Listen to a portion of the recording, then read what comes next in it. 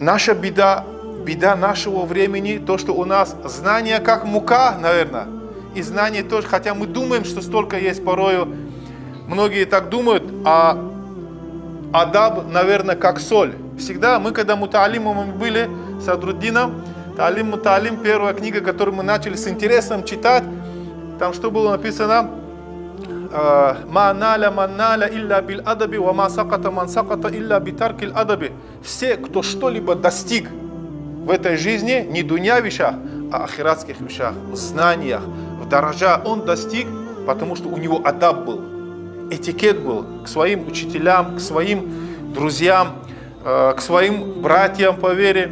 И каждый, кто упал, то есть каждый, кто что-то потерял, он где-то адаб оставил. И это первое, чему учат мутаалимов, чему учат студентов, талибов, чтобы они изучали адаб и чтобы сохранить